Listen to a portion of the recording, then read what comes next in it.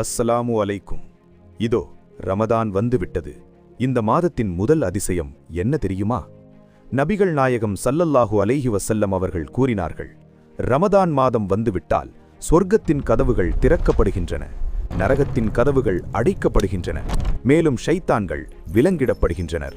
ஆதாரம் புகாரி. சற்று சிந்தித்துப் பாருங்கள். நம்மை வழிதவரச் செய்யும் மிகப்பெரிய எதிரியான ஷைத்தானை அல்லாஹ் நமக்காக கட்டிப்போடுகிறான். சொர்க்கத்தின் 8 வாசல்களையும் நமக்காக திறந்து வைக்கிறான். இதன் அர்த்தம் என்ன? நாம் நன்மைகள் செய்வது இந்த மாதத்தில் மிக எளிது. அல்லாஹ் தன் மன்னிப்பை வாரி வழங்க காத்திருக்கிறான். ஷைத்தான் விலங்கிடப்பட்ட பின்பும் நாம் பாவம் செய்கிறோம் என்றால் அது ஷைத்தானின் தப்பு அல்ல, நம் மனதின் பலவீனம். இந்த முதல் நாளில் ஒரு சபதம் எடுப்போம்.